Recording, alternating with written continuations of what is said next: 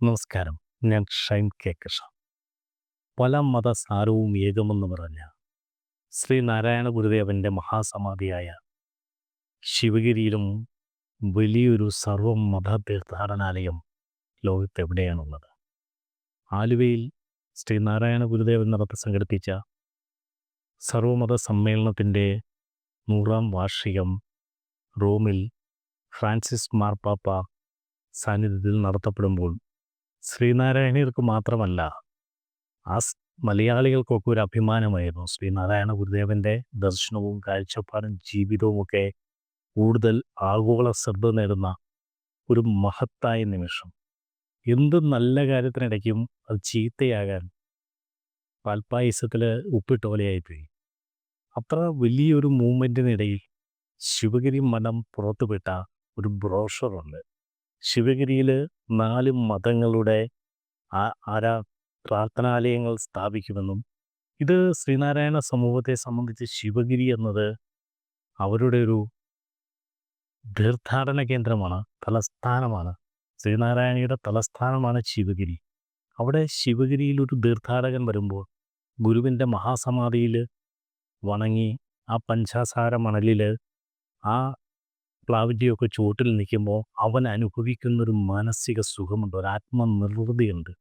ഗുരുവിനെ അറിയാൻ കഴിയുന്ന ആ നിമിഷങ്ങൾക്ക് വേണ്ടിയാണ് തീർത്ഥാടകർ ശിവഗിരിയിലേക്ക് വന്നുകൊണ്ടിരിക്കുന്നത്.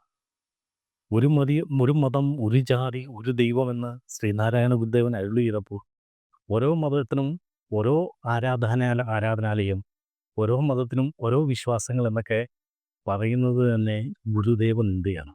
ഇത് വലിയ വിവാദമായതുകൊണ്ടായിരിക്കാം ഒരുപക്ഷേ ശിവഗിരിയുടെ ഇപ്പോഴത്തെ പ്രസിഡന്റ് സച്ചിദാനന്ദ സ്വാമി അവറുകൾ ഈ സംഭവത്തെക്കുറിച്ച് ഇങ്ങനെ ഒരു മന്ദിരങ്ങൾ പണിയാൻ ഉദ്ദേശിക്കുന്നില്ലെന്നും, ശിവഗിരിയെ സംബന്ധിച്ച് ശിവഗിരിയിൽ സീനിയറായ മറ്റു ചില സന്യാസിമാർ പറഞ്ഞു ശിവഗിരിയുടെ ഉടമസ്ഥയിലുള്ള വർക്കലയിലെ മറ്റെവിടെയെങ്കിലും ഇങ്ങനൊരു ആരാധനാലയം പണിയും. നമ്മൾ മനസ്സിലാക്കേണ്ടത് ശ്രീനാരായണ ഗുരുദേവൻ വിഭാവനം ചെയ്തൊരു കാഴ്ചപ്പാടുണ്ട്. ആ ശാരദാമഠം അവിടെയുണ്ട്. ഈ ശാരദാമഠത്തിൻ്റെയൊക്കെ ചരിത്രത്തിൽ നമ്മൾ പഠിക്കേണ്ട ഒരുപാട് കാര്യമുണ്ട്. വർഷങ്ങൾക്ക് മുമ്പ് ഗുരു ജീവിച്ചിരിക്കുന്ന കാലത്ത് ശാരദാമഠത്തിൽ വെച്ച് കൊല്ലം പരവൂറുകാരനായ ആണ്ടികതത്ത് കൃഷ്ണൻ്റെ മകൻ ബി.കോം കരുണാകരൻ എന്നൊരാൾ, അദ്ദേഹത്തിൻ്റെ വിവാഹം അവിടെ വെച്ച് നടത്തിക്കൊടുത്തു. അന്ന് ബി.കോം കുമാരൻ്റെ ഭാര്യയായി അവിടെ വന്നത് ജർമ്മൻകാരിയായ മാർഗറ്റ് മദാമയാണ്. ആ കാലത്ത് ഒരു ഹൈന്ദവ ആരാധനാലയം എന്നൊക്കെ വിശേഷിപ്പിക്കാവുന്ന സ്ഥലത്ത് എല്ലാ മതം, ജാതി, ദേശം, വർണ്ണ വ്യത്യാസങ്ങളില്ലാതെ ശിവഗിരി മഠത്തിൽ വിവാഹം നടത്താൻ കഴിഞ്ഞിട്ടുണ്ടെങ്കിൽ അതിൻ്റെ ഒരു പോസിറ്റീവായ സൈഡ്, അതിൻ്റെ ആ പുരോഗമന വശം നമ്മൾ ചിന്തിക്കണം. അന്നേ കാലം ഈ ആധുനിക കാലത്ത് ഒരുപാട് കല്യാണങ്ങൾ അവിടെ നടന്നിട്ടുണ്ട്. കേരളോപതി പത്രാധിപർ MS മണിയുടെ മകൻ സുകുമാരമണിയുടെയും ഫ്രാൻസുകാരിയായി എമിലി വേഗിനെയും, അങ്ങനെ ആർക്കും അവരുടെ വിവാഹ ജീവിതത്തിൻ്റെ സ്റ്റാർട്ടിങ്ങിൽ ജാതി മത വർണ്ണ വ്യത്യാസമില്ലാതെ ചെയ്യാൻ കഴിയുന്നൊരു സ്ഥലത്ത് നമ്മളൊരു സർവ്വമത പ്രാർത്ഥനാലയം ഇനി എന്തിനാണ്? ഇതൊക്കെ നമുക്ക് തന്ന ഗുരുദേവൻ്റെ മഹാസമാധി അവിടെ ഉള്ളപ്പോൾ ശരിക്കും പറഞ്ഞാൽ നമ്മുടെ ശിവഗിരിയിലെ സന്യാസിമാർ ഒരുപക്ഷെ തെറ്റുപറ്റിപ്പോയി കാണാം. അവരെ സംബന്ധിച്ച് ഡോളറിൻ്റെ വിലക്കവും ഒരു അന്തർദേശീയ ഫണ്ടിങ്ങിൻ്റെയൊക്കെ താല്പര്യമായിരിക്കും ഈ ഗുരുദേവനെക്കുറിച്ച് എല്ലാ മതങ്ങൾക്കും വന്നിരുന്ന് ധ്യാനിക്കാനൊക്കെ ഉള്ളൊരു സ്ഥലം വേണമെന്നുള്ളത്. അതിൽ ശിവഗിരി കുന്ന് തന്നെ ധാരാളമല്ലേ. അങ്ങനെ ഒരു മന്ദിരം ശിവഗിരിയിൽ ഉണ്ടാക്കിയാൽ, ഒരു ലൈബ്രറി ഉണ്ടാക്കിയാൽ ഈ ശിവഗിരിയിൽ വരുന്ന ആളുകളല്ലാതെ വേറെ ആരെങ്കിലും വരുമോ?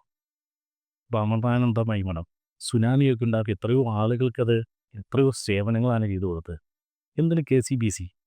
അവർ വയനാട്ടിലെ മുണ്ടക്കയിലും ചൂരൽമലയിലും ഒക്കെ സാധാരണക്കാർക്ക് വീട് നിർമ്മിച്ച് നൽകാനാണ്. നമ്മുടെ സന്യാസി സമൂഹത്തിന് ഇതിനൊന്നും കഴിഞ്ഞില്ലെങ്കിലും ഒന്ന് പ്രാർത്ഥിക്കാനെങ്കിലും കഴിയണം.